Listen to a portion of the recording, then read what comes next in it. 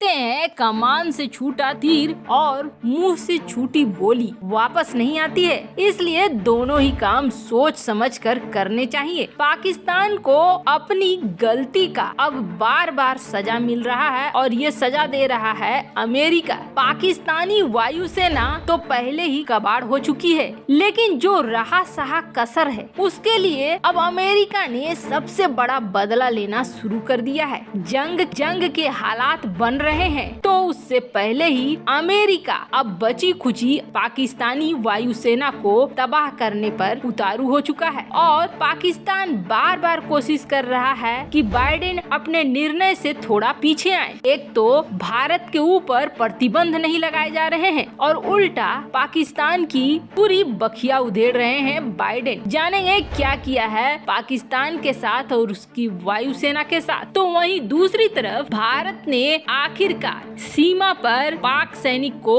ऊपर पहुंचा ही दिया है। अब सीज फायर टूट गया और उसके बाद ये सारी चीजें हुई, लेकिन फिर मामला बिल्कुल अलग रूप ले रहा है। जानेंगे ऐसी क्या बात हुई थी कि भारत को इस पाकिस्तानी सैनिक को ऊपर का रास्ता दिखलाना पड़ा। इसके अलावा बहुत कुछ आइए जानते हैं इन खबरों को।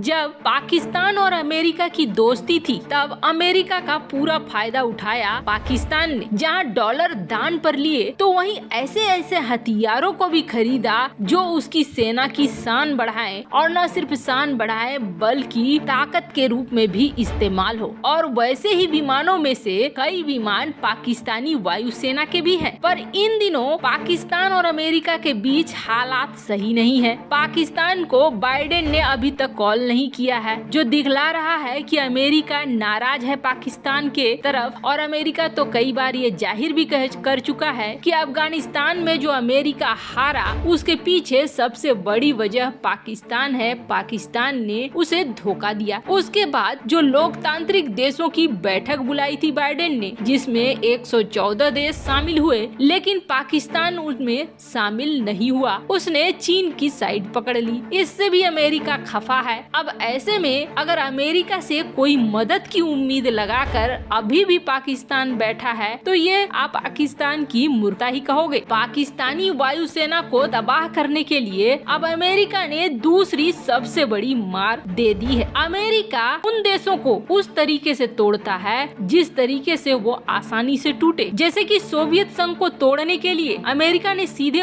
युद्ध शुरू नहीं किया बल्कि शीत युद्ध शुरू किया और धीरे धीरे कई तरीके से सोवियत संघ को तोड़ डाला। पाकिस्तान को भी तबाह करने के लिए अमेरिका वैसी ही रणनीति अपना रहा है। IMF में अमेरिका ने पैसे को ब्लॉक करा दिया, वर्ल्ड बैंक में ब्लॉक करा दिया। खुद पाकिस्तान की स्थिति भी ऐसी है कि IMF या वर्ल्ड बैंक इसे पैसा देने से पहले 100 बार सोचेंगे, लेकिन कथित तौर पर अमेरिका दबाव दे रहा है इन्हें ऐसी शर्तें रख दो कि पाकिस्तान मान ही न पाए। तो ये एक चरण था। अब दूसरा चरण हुआ जब F-16 विमानों के लिए दौड़ा पाकिस्तान, लेकिन अपग्रेड करने से मना कर दिया। अमेरिका ने नए विमानों को देने से मना कर दिया। अब जब जंग होते हैं तब सबसे ज्यादा महत्वपूर्ण होता है ट्रांसपोर्ट विमान।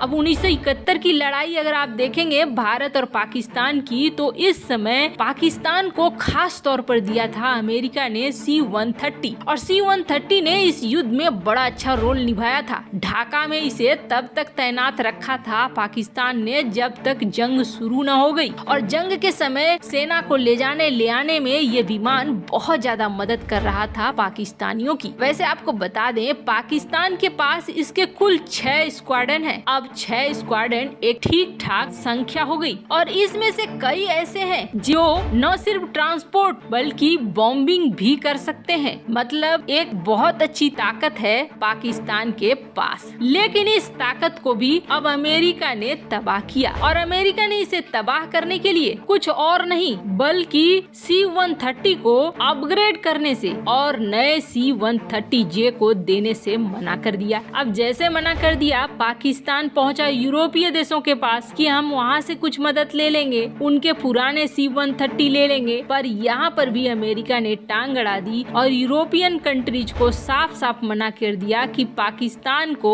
बिल्कुल भी नहीं देना है। अब मार्च 2021 से पाकिस्तान लगातार C-130J के लिए रिक्वेस्ट पर रिक्वेस्ट कर रहा है और अमेरिका इसे दे नहीं रहा है। अब आप समझ लीजिए 6 स्क्वाड्रन एक बड़ा स्क्वाड्रन है। अब इसमें से अधिकतर को अपग्रेड की जरूरत है, वो अपग्रेड भी नहीं मिल रही है और नए ट्रांसपोर्ट विमान भी नहीं मिल रहे हैं। मतलब खस्ता हाल पाकिस्तानी वायुसेना को और भी बुरे हालात में पहुंचा रहा है अमेरिका। ये अमेरिका का अपना बदला लेने का तरीका है। तो वहीं दूसरी तरफ ये तो बहुत अच्छे से पता है कि पाकिस्तान ने भारत के साथ सीज फायर की घोषणा क्यों की। जब पाकिस्तान ने भारत के साथ सीज फायर की घोषणा की थी तभी शक हो गया था कि पाकिस्तान जैसा देश ऐसा कैसे कर सकता है। और मुख्य वजह ये थी कि अफगानिस्तान में उस वक्त तालिबान चढ़ाई कर रहा था और कब्जा में लेना चाहता था सत्ता को। और आईएसआई और पाकिस्तान ये चाहते थे कि उनका ध्यान पूरी तरीके से अफगानिस्तान में लगा रहे। अफगानिस्तान में जब तालिबान ने कब्जा जमाया तो जिस तरह का हलचल मचा था और जिस तरह से आईएसआई चीफ वहां पहुंचे थे और उसने ही सारा मंत्रिमंडल वगैरह बनाने में पूरा मदद दिया, पंसीर की लड़ाई लड़ने में भी मदद दिया, उसे देखकर यही लग रहा था कि तालिबान को सत्ता पर बिठाना है।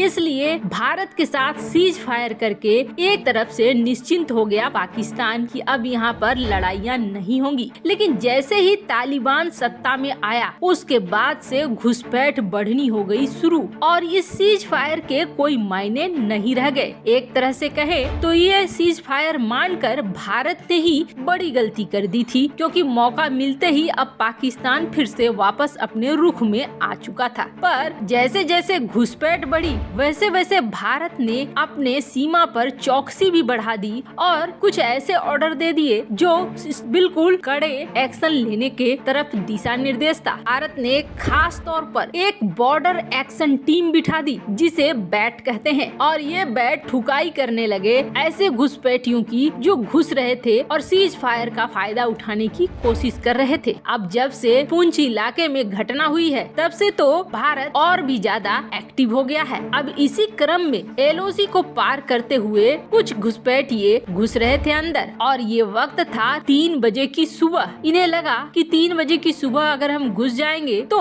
पकड़ में नहीं आएंगे। आखिरकार भारतीय टीम ने इसे उल्टा ही दिया और जब इसकी तलाशी ली गई तो पता चला कि ये तो पाकिस्तान की सेना से है। मतलब साफ था कि पाकिस्तान लगातार सीज फायर को अपने फायदे के लिए इस्तेमाल कर रहा है और बॉर्डर से लगातार घुसपैठ कराने में लगा हुआ है। अब इसके बाद जो हॉटलाइन बनाई गई है भारत और पाकिस्तान के बीच, उसमें भारत ने संदेश भेजा कि हमने एक घुसपैठिए को मारा है जिसके पास से पाकिस्तानी रुपया, पाकिस्तानी आइडेंटिटी कार्ड और वैक्सीनेशन का एक सर्टिफिकेट मिला हुआ है, आप इसकी बॉडी को ले जाइए। लेकिन हमें नहीं लगता है पाकिस्तान इसकी बॉडी लेने आएगा। पाकिस्तान कभी इस चीज को स्वीकार नहीं करता है। वैसे आपको क्या लगता है, भारत को ये सीज फायर तोड़ देनी चाहिए? कमेंट कर अपनी राय जरूर बताएं। जल्द मिलते हैं अगले वीडियो में नई खबर के साथ।